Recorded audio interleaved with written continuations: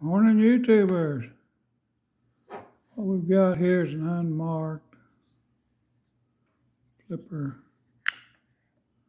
knife. That's the guy that bought it from. Username.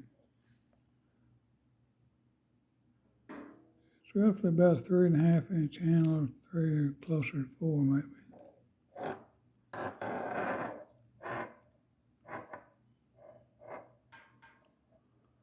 Give me a ruler, but I can't find one.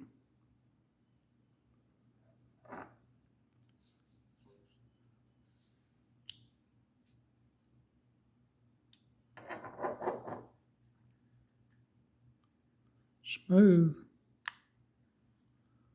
Close on its own.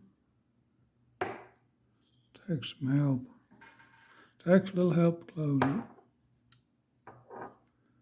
It is light. Don't know what kind of steel's in the blade.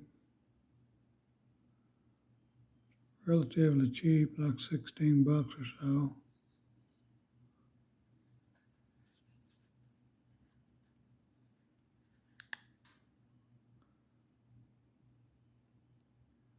I wouldn't call it heavy duty.